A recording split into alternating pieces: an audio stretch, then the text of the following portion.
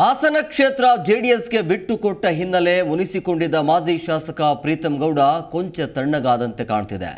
ಇವತ್ತು ಸುದ್ದಿಗೋಷ್ಠಿ ನಡೆಸಿ ಮಾತನಾಡಿದ ಪ್ರೀತಂ ಗೌಡ ಸಂಸದ ಪ್ರಜ್ವಲ್ ರೇವಣ್ಣ ಪರ ಪ್ರಚಾರ ಮಾಡುವುದಾಗಿ ಹೇಳಿದ್ದಾರೆ. ಆದರೆ ಕೆಲ ಕಂಡೀಷನ್ಗಳನ್ನು ಹಾಕುವ ಮೂಲಕ ಅಸಮಾಧಾನ ಸಂಪೂರ್ಣ ಕಡಿಮೆ ಆಗಿಲ್ಲ ಅನ್ನೋದನ್ನ ಸಾರಿ ಹೇಳಿದ್ದಾರೆ.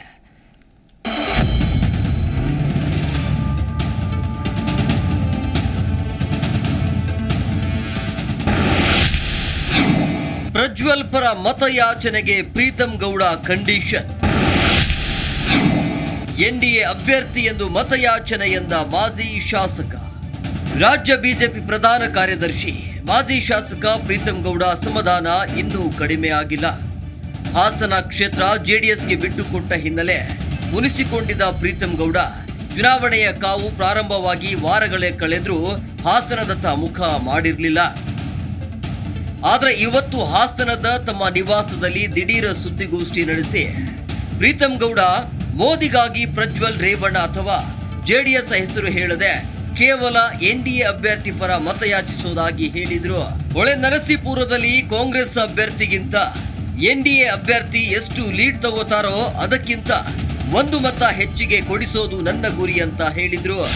ನಮ್ಮ ಹೋರಾಟ ಅಂತ ಹೇಳಿದ್ರೆ ಕನಿಷ್ಠ ನಮ್ಮ ಹೊಳೆನರಸೀಪುರ ಕ್ಷೇತ್ರದಲ್ಲಿ ಏನು ಲೀಡ್ ಬರುತ್ತೆ ಎನ್ಡಿಎ ಅಭ್ಯರ್ಥಿಗೆ ಅದಕ್ಕಿಂತ 1 ಮತ ಹೆಚ್ಚನ್ನ ಕೊಡಬೇಕು ಅಂತ ಹೇಳಿ ನಾನು ಪ್ರತಿಷ್ಠೆ ತೆಗೆದುಕೊಂಡಿದ್ದೀನಿ.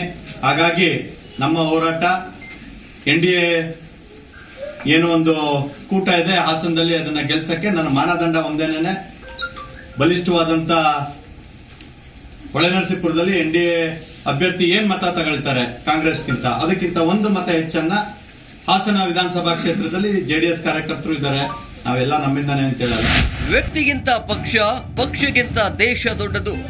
ಹಿರಿಯರು ಜವಾಬ್ದಾರಿ ಕೊಟ್ಟಿದ್ದಾರೆ.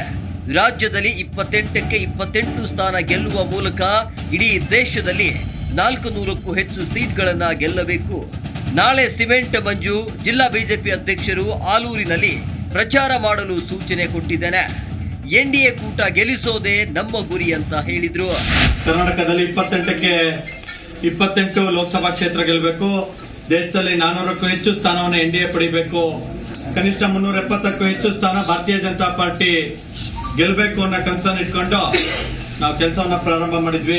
ಇಡೀ ರಾಜ್ಯದಲ್ಲಿ ನಮ್ಮ ರಾಜ್ಯಾಧ್ಯಕ್ಷರಾದ ಬಿ.ವೈ. ವಿಜೇಂದ್ರಣ್ಣ ಅವರ ನೇತೃತ್ವದಲ್ಲಿ ಪಕ್ಷದ ಚಟುವಟಿಕೆಗಳನ್ನ ಪ್ರಾರಂಭ ಮಾಡಿ ಬಹಳ ಯಶಸ್ವಿಯಾಗಿ ನಾವು ಕೆಲಸವನ್ನ ಮುನ್ನಡೆಗೆ ತಗೊಂಡು ಹೋಗ್ತಾ ಇದ್ದೀವಿ.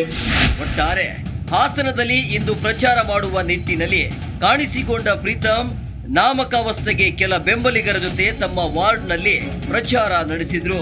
ಹೊಳೆನರಸೀಪುರ ಕ್ಷೇತ್ರದ ಮತಗಳಿಗೆ ವಿಚಾರ ಪ್ರಸ್ತಾಪಿಸಿ ಮತ್ತೊಮ್ಮೆ ದಳಪತಿಗಳ ಕಾಲೆಳೆದ್ರು. ಈ ನಡೆ ದಳಪತಿಗಳನ್ನ ಕೆರಳಿಸುವಂತಿದ್ದು ಮುಂದೆ ಒಟ್ಟಾಗಿ ಯಾವ ರೀತಿ ಕೆಲಸ ಮಾಡ್ತಾರೆ ಅನ್ನೋದೇ ಪ್ರಶ್ನೆ. Santosh Kumar, Zee Kannada news, Hassan. Zee Kannada news ಈಗ ನಿಮ್ಮ ಮನೆಯಲ್ಲೇ ನೋಡಿ. ಎಲ್ಲ ಕೇಬಲ್ಗಳಲ್ಲಿ ಈಗ ಲಭ್ಯ. Sun Direct 292, Jio TV 1334, U digital 162, city cable 51, GTPL 17, Abhishek cables 821, Rockline telecommunication 51, Shri Basaveshwara number 60, Vinayaka digital number 53, in digital number 896ರಲ್ಲಿ. ನಿಮ್ಮಿಸ್ತದ ಜಿ ಕನ್ನಡ ನ್ಯೂಸ್ ನೋಡಿ ಆನಂದಿಸಿ.